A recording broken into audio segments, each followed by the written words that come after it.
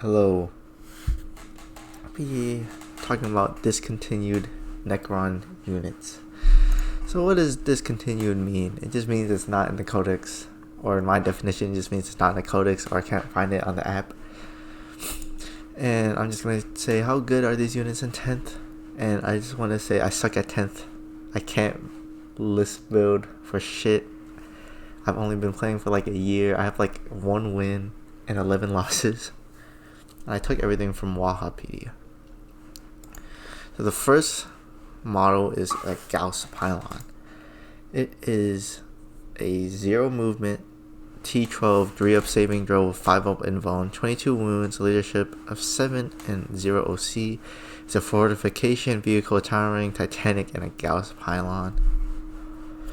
So 0 movement, obviously. T12, I think that is the highest T possible right now. There might be some higher, but this is a really good toughness. 3-up save is pretty good on its own. 5-up invuln is also pretty good, because like the only thing that's gonna be shooting at a Gauss Pylon is something with high APs. So 5-up invuln, just having an invuln is good.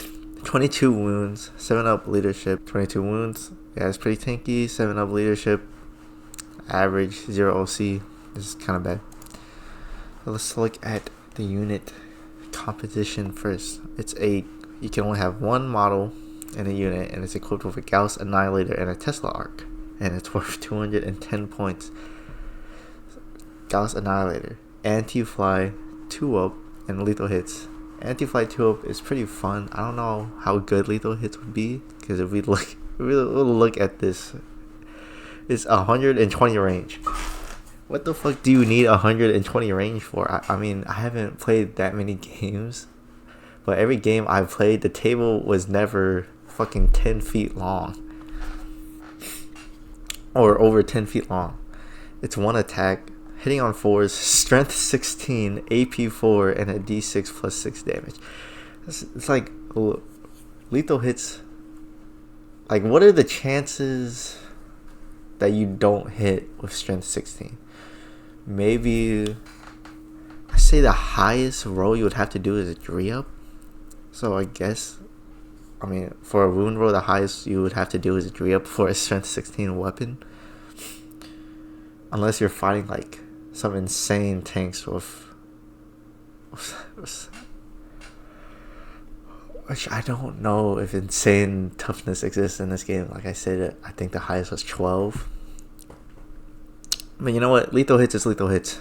So it's on there. It's AP4 is probably one of the best in the game, and D6 plus 6 damage is really insane. Minimum 7 damage. You could like 2-shot small vehicles with this. But you're hitting on 4-ups, which is like half. You're like hitting half your shots. And if it's worth the reroll, is it worth a command point to do d6 plus 6 damage? If it's like a knight, maybe, probably. If it's a bunch of infantry, this weapon is not great, because you're just killing one model. But like, this weapon, I'd say it's pretty good. I say it's pretty situational. I don't know. Maybe, I mean, I'd say it's alright weapon. The next weapon is not great though. Tesseract Ark sustained hits 2, 6-inch range, 6 attacks, hitting on 4s, strength 4, 0 AP, and 1 damage. Yeah, this is, you might get 2 damage off with this weapon, I think. Like, this is not an amazing weapon. So, fortification. While an enemy unit is only within engagement range of 1 or more fortifications from your army. This is like a weird thing. To me, it sounds like it has to be only within engagement of a fortification. So if you have like another unit that's engaged with that unit that's engaged with this fortification, then these effects don't activate. And these effects are that the unit can still be selected as a target of ranged attacks, but each time such an attack is made, unless it is made with a pistol, subtract 1 from the hit roll. So it's just saying if you have a bunch of like corn berserkers or something on it, everything but a pistol gets subtract 1 from the hit roll. You can tell this was made a long time ago because I don't even think you can shoot into combat unless it's a vehicle. I'm not like super. I mean, it is a vehicle. I'm not super sure on the rules of engagement. Models in that unit do not need to take desperate escape tests due to falling back while battle shocked, except for those that will move over enemy models when doing so. Yeah, it sounds like desperate escape. Yeah, I don't know how good these rules would be in 10th. I don't think they would be amazing. I think this is just like basic 10th stuff. But there's another weapon here that was added later. It's called a heat cannon with 36-inch range. It's a heavy and it's D6. I think that means D6 attacks. Strength 4. AP -4 and D6 damage. I think I would take this over Gauss Annihilator and Tesseract Ark. Each time an attack is made with this weapon targets a unit within half range, that attack has a damage characteristic of D6+2. So it's just it's like kind of like Melta. 36-inch heavy. You could, I don't know what you're hitting on. It doesn't say what you're hitting on here. Man, where did I get these sheets from? But this sounds better than the other weapons. Abilities. It has deadly demise D6+2. That's 3 mortals. That's pretty good. Like minimum 3 mortals if you could get it off. You get reanimation.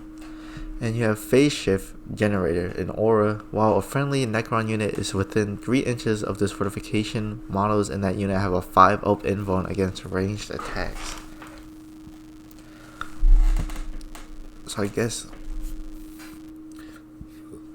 this. And phase shift cover. Each time an attack is allocated to a model, if that model is not fully visible to every model in the attacking unit because of this fortification, that model has the benefit of cover. It's just, so it sounds like if you keep your models around it, they get buffs. It's like every fortification in existence. 5 up invuln is, 5 up invuln is pretty good. Benefit of cover is, yeah, it's good too. It is a pretty big model. But it also kind of goes against the other rules where if it's only within engagement of this. Because if you're going to just surround it with a bunch of like infantry, then it's never going to be in... The enemy unit is never going to only be in engagement with this. Well, overall, it's a decent. I don't know what I would really use it for. I feel like 200 points could go into something better than this.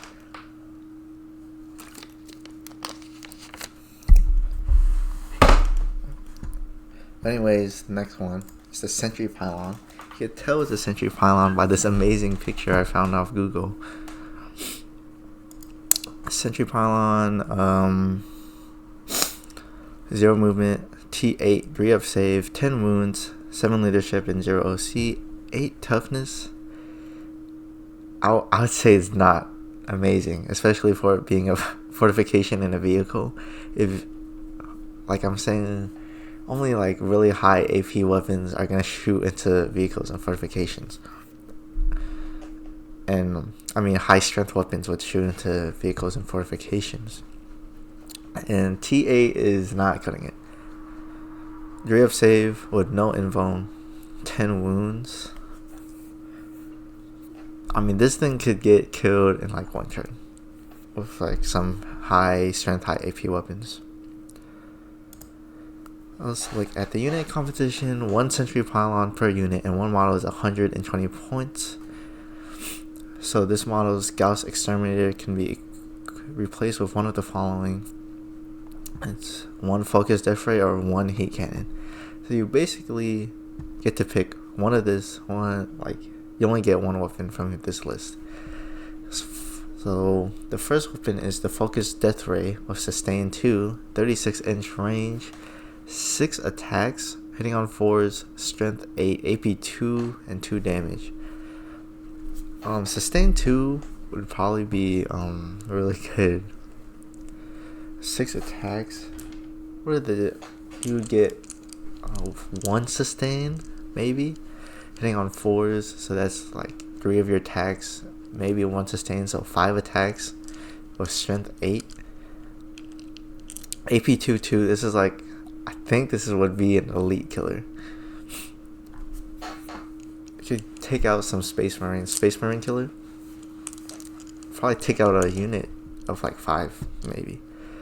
Gauss Exterminator with lethals, 48-inch range with 1 attack, hitting on 4s, strength 14, AP 3, and 6 damage.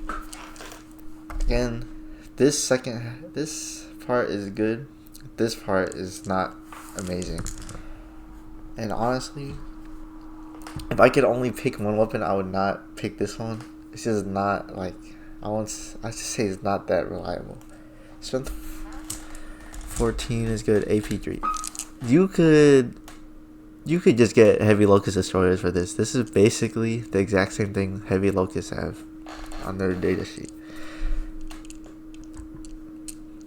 And then the heat cannon is melt up 4 with 36-inch range, 2 attacks hitting on 4s, strength 9, AP 4, and D6 damage with the melt up 4. Half range would be 18, hitting on 2s. I mean, not hitting on 2s, hitting on 4s with 2 attacks. Strength 9. I don't know what you would use this weapon for, honestly. I'd say the focused death ray is the best weapon on the Sentry Pylon. So it has Deadly Demise D3 Reanimation, and its abilities is Teleportation Matrix. Once per battle at the end of your opponent's turn, if this fortification is not within engagement range of 1 or more enemy units, you can remove it from the battlefield. In the reinforcement step of your next movement phase, set it up anywhere on the battlefield that is more than 9 inches horizontally away from all enemy models. If the battle ends and this fortification is not on the battlefield, it is destroyed. And then the next ability is Phase Shift Cover. Each time a ranged attack is allocated to a model, if that model is not fully visible to every model in the attacking unit because of this fortification, that model has a benefit of cover. So this is like the same thing as the Gauss Pylon. Keep your units close to it. But once for this ability, you could basically uppy downy it. I don't know how big this model is, because there's no good pictures online, but this is a pretty big model. Like, I feel like pretty simple screening could stop this from being deployed. But again, it does have like a 48-inch range, so it doesn't need to get like super close to enemy models. If you're uppy downing it, I mean, it has 0 OC, so there's no point on putting it on objectives. The only thing you can really do is put it next to your other units so you could get the Phase Shift Cover ability activated. So it's kind of just like support, and it's 120 points. I feel like it's a decent, I think it might be better than the Gauss Pylon, just because of the uppy downing. And it has I think this has way better weapons than the Gauss Pylon. Is it worth 120 points? What else could I get with 120 points? I mean, I think the good units I'm thinking of are like around 200 or like 160. I mean, I'd probably take like 6-man squad of like some Scorpec destroyers over this, honestly. But I also haven't like played with a bunch of fortifications ever. I've never played with a fortification actually, either me using it or my enemy using it. I mean, my enemy, my opponent. I I might just try this out for fun. It seems fun. Next thing, Tomb Stalker. Now, when I first started to play Necrons, I saw this model and I was like, damn, this shit is cool as shit. Little did I know, it's discontinued, which sucks because this is like one of the coolest models. And there's another version of this Tomb Stalker. I think it's Tomb Crawler. I don't know. Abyss Walker, Abyss Watcher, same thing. It's Canoptek Tomb Stalker. Move 10 inches. T9. 3 up save with 4 up invuln. 9 wounds. 8 leadership and 3 OC. It's a monster Canoptek and it's a Tomb Stalker. 10-inch move is pretty good, especially for Necrons, because they move slow as shit. It has 9 toughness. That's somehow higher than the fucking Sentry Pylon, the fortification, with a 4 up invuln. 4 up invuln, 3 up save. I'd say that's really good. 9 wounds is good. 8 leadership. It could be better. That's also pretty good because it's on Canoptek and if you're playing like Canoptek Court, you want to kind of hold objectives so you can expand your matrix. So you could 10-inch move, you could push pretty far, advance maybe, and then you could hold it with the 3OC, basically until you can hold it against like everything but like infantry. Oh, unit composition. It's 1 Canoptek Tomb Stalker, and it's equipped with Gauss Slicers, Tomb Stalkers, and the Gloom Prison, which is an ability that we'll get to later. It's 130 points. So the Gauss Slicers, lethal hits, 24-inch range, 8 attacks, hitting on 4s, strength 5, AP 1, 1 damage. 8 attacks, you're hitting on 4s, you're like hitting half your shots. That's like 4 attacks going through. Maybe 1 or 2 lethals. But strength 5, on infantry, strength 5 is good. On a little more elite units, it would be like average. But AP 1 is pretty decent. Like for the reasons you would want to, for the things you would want to shoot at, AP 1 is pretty decent. But 1 damage is it's 1 damage. You could kill some infantry with that. Maybe Space Marines you would struggle with. Cause I think Space Marines have 2 wounds. Search it up. Yeah. And then the Tomb Stalker Claws. Sustain once. 6 attacks hitting on 4s. So you're hitting half your shots. You might get 1 sustain. So that's like 3 or 4 attacks. Strength 6 is good. AP 1 is good. Damage 2 is good too. So I'd say just kind of like it's like an all-rounder really on the weapons scale. So let's look at the abilities. It has Deep Strike, Reanimation for a Cause, and Snaking Ambush. You can target this unit with the Heroic Intervention stratagem for 0 CP, and you can do so even if you already used that stratagem on a different unit in this phase. So this is like, I don't know how good the melee on this would be. I'd say it's decent, but with free Heroic Intervention, and if you have some strong melee units, I say this is pretty good because it's just like it's free, and it is pretty tanky with 3 up save for Info and T9 and shit. With the Gloom Prism Aura, while a friendly Necron unit is within 6 inches of the bearer, models in that unit have a feel no pain 4 up against psychic attacks. So I say this is really good if you're dealing with Psychers. I don't know if Psychers melee that much. I think Psyker armies are shooting. I don't play that much Warhammer, but if I had to guess, Psychers are shooters. You can target this unit with Heroic Intervention. So if you're getting shot at with Psychic, this would be good. And if you're getting bombarded by like Khorne Berserkers, this would be good too. I will be alright.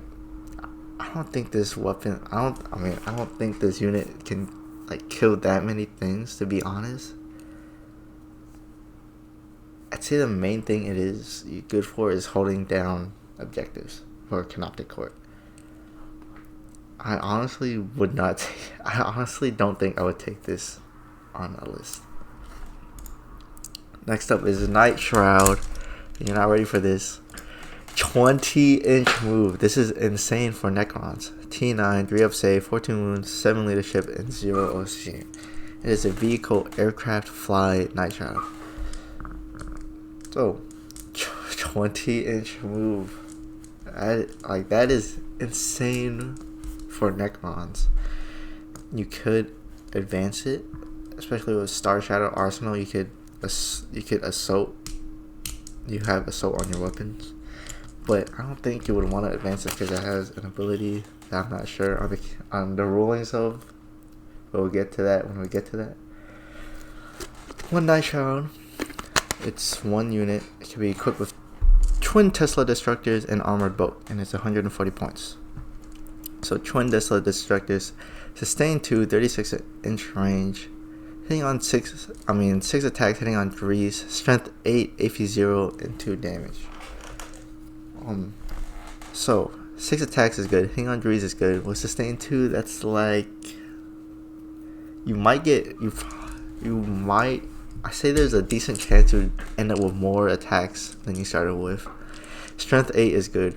And then it falls off at the 0 AP. This shit is trash. 2 damage is good too. But it has twin linked. Strength 8. You probably be hitting on grease if you're shooting on like everything that's not like tanky. But it's twin linked too, so you can reroll those. So you probably, I'd say you get like 5 or 6 attacks, and you miss half of those, reroll them. Maybe like 5 APs, 5 AP zeros go through, which they would probably save all of them because it's AP 0. But Armored Boat, 3 attacks, hitting on 4, strength 6, AP 0, 1 damage. I don't think this is good either. So I say the ranged weapon is decent, melee weapon is not great.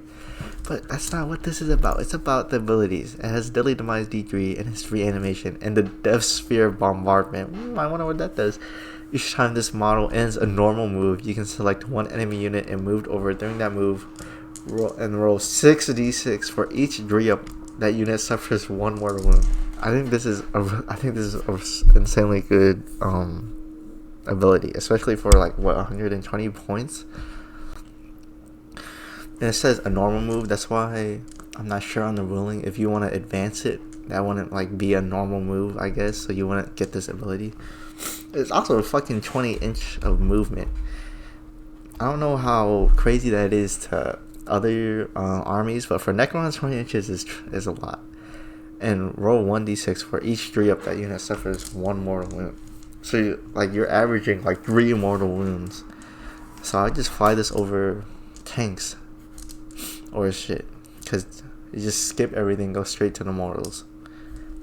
I would run this on a list if I could today. I think this is really good, actually. So next up is Canoptek Acanthrites and Acanthrites. They have 12-inch move, 5 up. T5, 3 up save, 2 wounds, leadership at 8, and 2 OC. So again, I think this is, they're beasts, fly, Canoptek, and Acanthrites. 12-inch move, 2 OC. Again, I think this is good for Canoptek. Just rush in, try to get those objectives. But it's not tanky. It's not really that tanky. 2 wounds, better than infantry. T5. I say you might survive one round of shooting with them. So you can have 3 to 6 Acanthrites. Holy shit. Acanthrites. And each is equipped with a cutting beam and a void blade. So 3 models is A5 and 6 models is 170. That's exactly double. So cutting beam is melted to 12-inch range, 1 attack, hitting on 4s, 9 strength 9, AP 4, and D6. I think this is a pretty decent weapon too. If you have like 6 of them hitting on 4s, that's like 3 goes through. Strength 9 for what you would be shooting is probably like you're probably gonna be hitting on 3s. And then AP 4 is good. D6 damage is good too. Melta 2 is extra 2 damage, but I think it's like half range, so it'd be 6 inches. Maybe I feel like maybe it's good for Overwatch if you're about to get charged, but I don't know how many things would be within 6 inches. So the melee weapon, Void Blades, hitting on 3 attacks, strength 4. God damn, 3 attacks, hitting on 4s, strength 5, AP 2, 1 damage. I think this is a pretty good weapon, especially if you're running like 6 or 3 of these. That's like 9 or 18 attacks that hit on 4s. That's like half, so you might get like 9 or 3, or 9 or like 4, strength 5, AP 2. AP 2 is also pretty good. D1 is alright. I mean, I say it has pretty decent melee. It's not like the bestest, meleeist weapon around. And the shooting is not... I say it's like good... I say the shooting is good, except for the range is kind of ass on it. Especially that if you want to get the Melta, you have to be in half, I think. Anyways, it has infiltrators, reanimation protocols, and damaged armor. In your shooting phase, after this unit has shot, select one enemy unit hit by one or more of those attacks. Until the end of the phase, each time a friendly Necron model makes an attack that targets that unit on a critical wound, improve the AP by 1. So let's look at this. Infiltrators is good because Canoptek Court, you want to rush in, get the objectives, animation protocols, but this is a pretty interesting thing. It says select one enemy unit hit by one or more of these attacks. So you just have to hit the hit row, which is like the first row, and to activate this ability. And then for the rest of the page, attacks that target that do crit wounds improve the AP by that attack by 1. I don't know how good that would be. I'd say it's good for maybe infantry, because I'm thinking like I'm not really like super familiar with every data sheet in the Necrons, but if I shoot at it with like infantry, let's say warriors. The warriors have lethal hits, so on a crit it would bypass the wound row, making the AP1 useless, the extra AP1 useless, because it just goes straight to saving. And Immortals have lethal hits, but the Tesla Carbine doesn't have lethal hits now that I'm looking at it. So the Tesla Carbine on the Immortals, the weakest part of it is that it has 0 AP. But with this, you can improve the AP by 1. So maybe with the Tesla Carbine Immortals, this would be really good. I'm not going to look through like everything. I say this is a pretty decent ability, actually. It's just like, if something has lethal hits or like dev wounds, then this would probably be useless. But if it doesn't, then this would be really good. So what I would probably run these. I don't know how good they would be. I think they would be fun to play around with this ability, and has infiltrators too. Maybe infiltrators you can sneak in and get some weird peek angles and shoot them, activate this ability first turn. Also says, now that I'm looking at it, it just says friendly Necron model. So you could run 2 3-man squads of these, and one of them would proc this ability, and the other one would get the advantage of this ability. which would make these go from AP4 to AP5. But anyways, next thing, Tesseract Ark. It's a 9-inch move, T9, 3 up save, 4 up invuln, 10 wounds, 6 leadership, and 3 OC. 9-inch move is pretty decent. T9 is good, better than the Sentry Pylon. This is 3 up save, 4 up invuln is good. I feel like 3 up save with 4 up invuln is like saved for characters now. 10 wounds, decent. Stu could get like 2 shot. 6 up leadership, I think is probably the best. Probably one of the best leaderships or better out there. I feel like on average it's like 7. And 3 OC is good. It's a vehicle fly Tesseract Ark.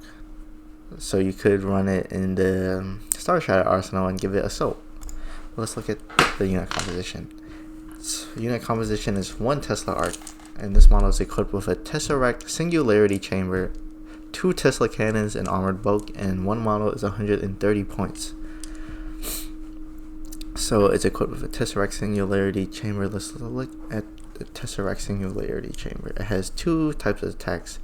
You can get the Particle Hurricane or the Seismic Lash. So the Particle Hurricane has ignores covered torrent, 12-inch range, D6 plus 3 attacks. That's pretty good, and it automatically hits. Strength 6,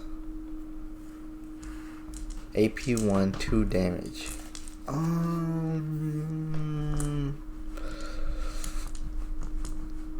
I mean, you gotta pick and choose between this. So I guess if like a bunch of enemy units is coming your way, this would be really good. It would probably be amazing, actually. Or aggression, just kill a bunch of aggression. Tesla, the Seismic Lash. I'm not saying on that. Blast, 36-inch range, D3 attacks with blast. Hitting on Grease, strength 9, AP3, D6 plus 1. Now, now looking at this, this is pretty interesting. Strength 9, AP3, D6 plus 1 is really good. Strength 9 is good. Blast. So you could probably kill like a couple elite units with this weapon, since it has D3 and blast, and it has pretty good strength 9, like pretty good damage on it. If it's like a 10-man squad, you could get like 5 attacks.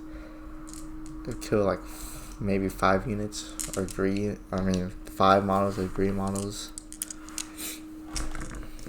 The next thing is the 2 Tesla cannons. So the Tesla cannon sustain 2, 24-inch range, 4 attacks, hitting on 3, 6 strength, 0 AP1. Hitting on 4s, hitting on 3s. You might not get sustained proc. You also might get sustained proc. Strength 6 is decent, 0 AP and 1 damage is kind of trash. The armored bulk, armored bulk is armored bulk. It's not amazing. But wait a minute, the model's 2 Tesla cannons can be replaced by one of the following 2 Gauss cannons or 2 particle beamers. So the 2 Gauss cannons have lethal hits, 24-inch range. You have 3 attacks hitting on 3s. Strength 5, AP2, and 2 damage.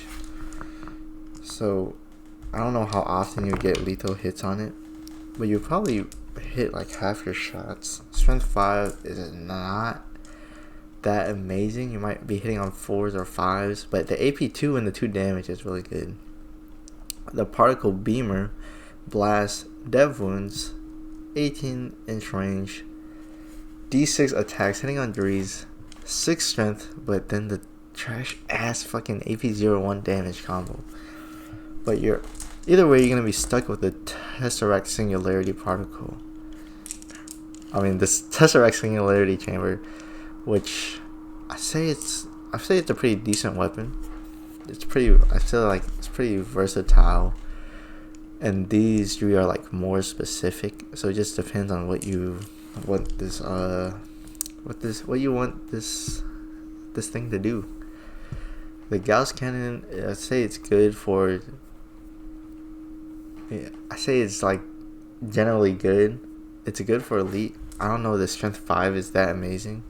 Particle beamer has blast and dev wounds, so D6 attacks, kill a bunch of things. Tesla cannon has sustain 2, so that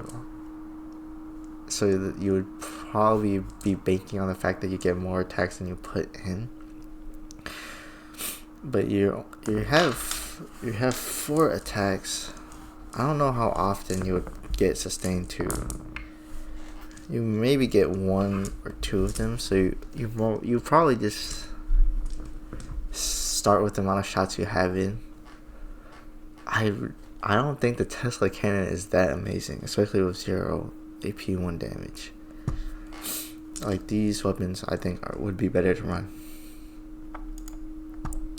As Deadly Demise 1. This is probably the best Deadly Demise you have ever seen in your life. It has reanimation, and it has gravitational field. Each time an enemy unit selects this model as a target of a charge, subtract 2 from the charge roll. This is not cumulative with any other reductions on to that charge roll. So this is pretty good. Subtract 2 from the charge roll. I suck at rolling charges, so if someone tells me, yeah, your charge has 2, you have 2 more inches on your charge, I would probably just not charge. Cause I think this is like underratedly good. But when I run this, it's 130-ish points if I remember. I don't know if it's worth to run. I'm also not like a super vehicle heavy guy. It just seems like you want to go around and shoot things with it. I feel like there are better shooty things you can get for 130 points. Finally, we have the Tomb Sentinel, another cool ass model that I saw when I first looked at Necron. It's too bad it's fucking not existent anymore. 10-inch move, T9, 3 up save, 4 up invo, 9 wounds, so leadership 8 in 3 OC. I think it's the same thing as the other Tomb Stalker. It's a monster Canoptek and Tomb Sentinel. So again, I think you want to push it up, get objectives for a Canoptek Court with it. It's a 1 model unit with an Exile Cannon, Tomb Sentinel Claws, and a Gloom Prism, and it's 115 points. So Exile Cannon, it's a blast weapon, 18-inch range, D6 plus 1. Hitting on 4s, strength 10, AP 2 and 2 damage. What could you... This is... Now I'm looking at it, it's pretty insane. It's a pretty insane weapon. Like, what... If you... I feel like most tanks have like strength 11... So you probably be hitting on 5, so it kind of sucks. But the strength 10 is like in a weird place. I need to search up like some tank data sheet. I mean, if something has like T9, this would be good. If T5, T11, it starts like going downhill. It's just like crazy that it has strength 10 and blast. So if you're shooting at like a tank, you could get D6 plus 1, 7 strength 10 AP 2s. Imagine 7 AP 2s, 2 damage going into you with blast. Or you could shoot it at an elite unit, which if it's a 10-man elite unit, you could get maximum 9 shots. This is a pretty weird weapon. I say it's really good though. Tomb Sentinel Claws, 6 attacks, hitting on 4, strength 6, AP 0, and 1 damage. It's mid. Stick to the ranged weapon on this. I would stick to the ranged weapon on it. It has Deep Strike. reanimation, and it has Aggression Guardian. Each time an attack targets this model, if this model is within range of an objective marker, worsen the AP characteristic of that attack by 1. In addition, each time this model makes an attack that targets a unit within range of an objective marker, improve the AP of that attack by 1.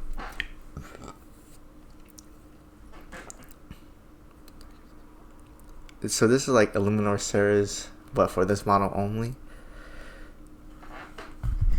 So it has a 4 invuln.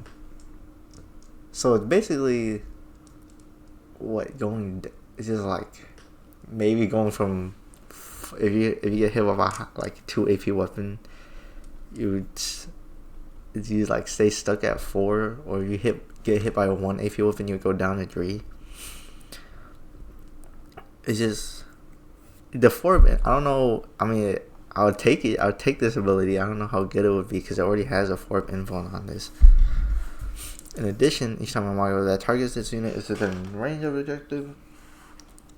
I mean, god damn. It's basically you get AP plus 1, or you get a better AP if you're attacking something on objective. And this is already AP 2, so you can get the AP 3s on that fucking elite buster, which is pretty insane actually. Gloom Prison Aura, while friendly Necron units within 6 inches of the barrier models in that unit have feel no pain.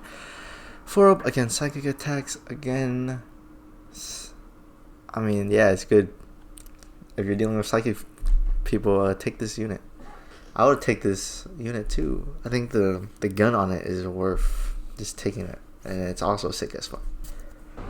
So next on the list is Vargard Obyron, and he is a 5-inch move character, T5, save of 2, 5 wounds, 6 leadership, and 1 OC.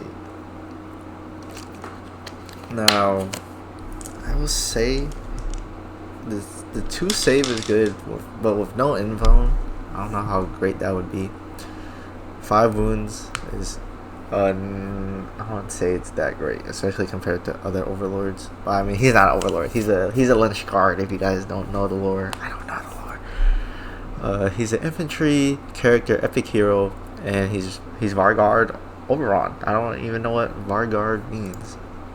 So he's a 1 model unit with 85 points. He's equipped with a war scythe, and he can be attached.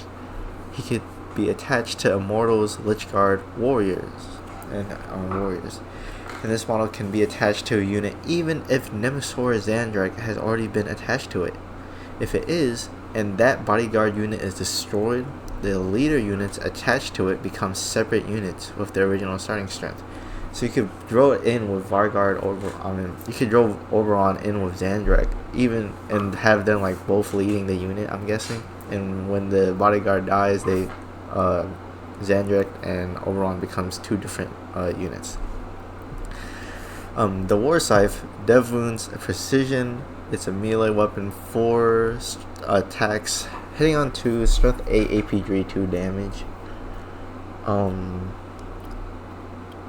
4 attacks hitting on 2s. You're probably gonna get every single one of those attacks through. Strength 8, I'd say that's pretty decent. I don't know how, like, if you play enough Warhammer, you'll probably find some crazy like T9 things that would put your wound at like 5 ups. But it has Dev Wounds and it has Precision. So you could, I don't know how likely, if all 4 of your attacks go through, the amount of them that would be Dev Wounds, I don't know how much that would be, but I mean AP3 is pretty good, so you might even not need the Dev Wounds even. I'd say this weapon is kind of like not, I wouldn't say this weapon is amazing. I mean, this is like Precision. I've never seen Precision in Necrons. I also haven't looked at the data sheets. It's pretty interesting, especially since it's a melee. I guess it's like he's like 1v1ing the other leader. So abilities. He's a leader. He has reanimation protocol. Ghost Walk Mantle. While this model is leading a unit, models in that unit have to fight first ability. That's good, especially because he could lead Lichguard, which are pretty melee. the other people he leads, mortals and warriors, they would not. I mean, they would benefit from fight first. Would they do anything with it? Nope. The next ability, Vargard's Duty. While this model is in the same unit as Nemesor Zahndrekh, character models in that unit have a 4-up Feeling of Pain.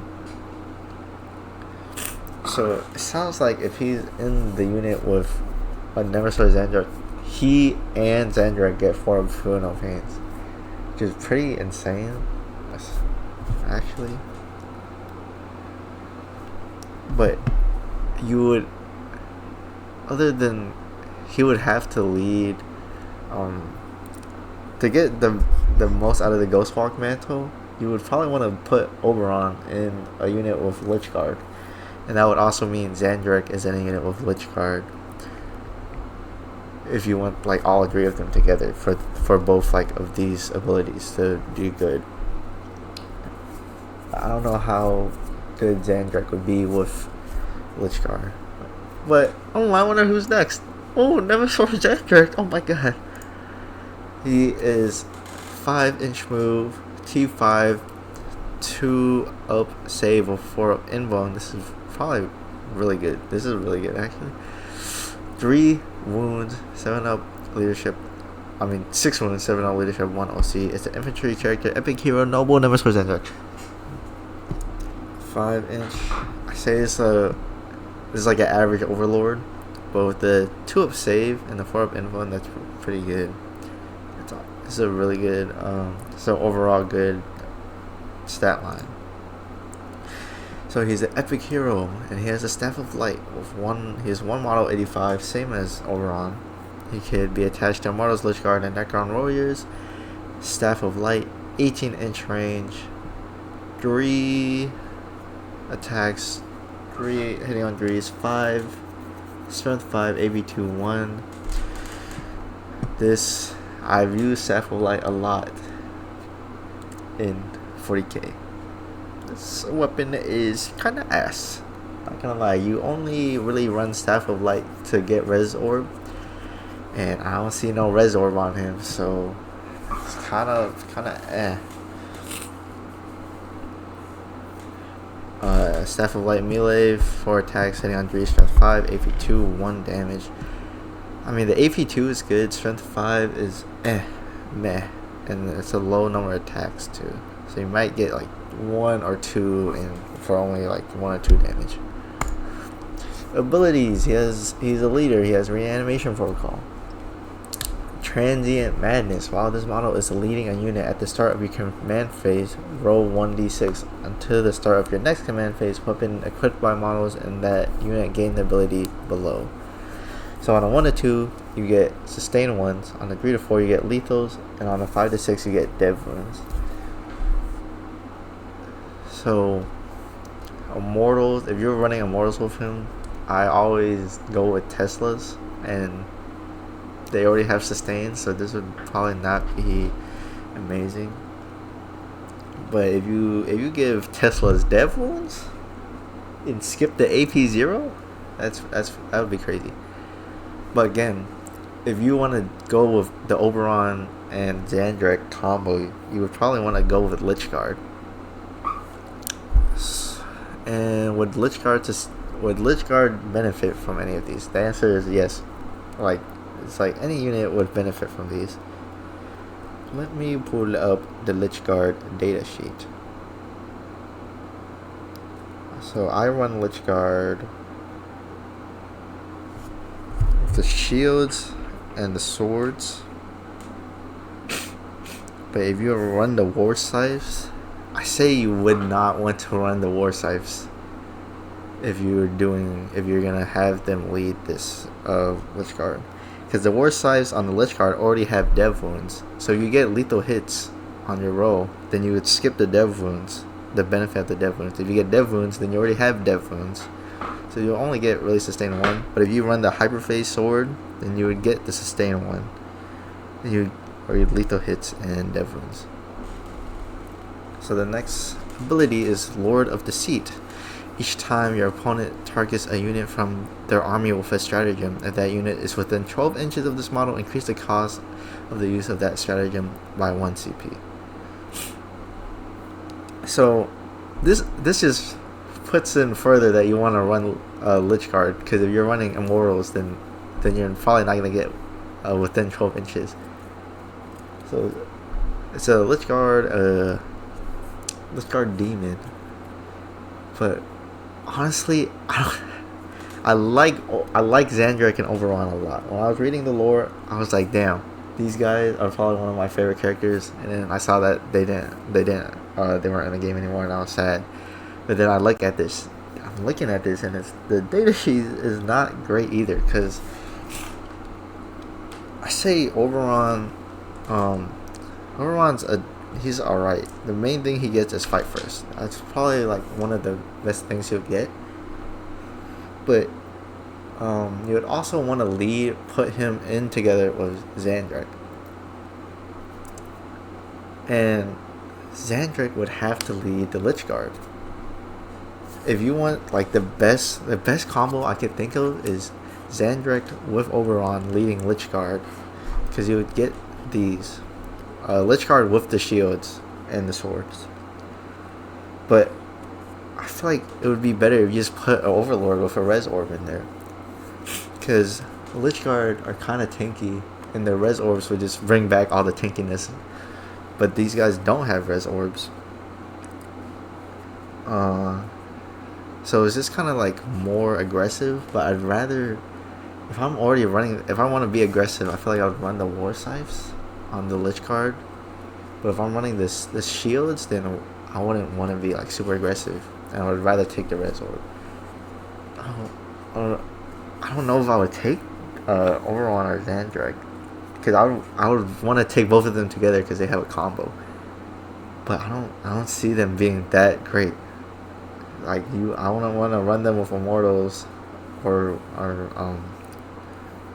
Immortals or Warriors. I don't know.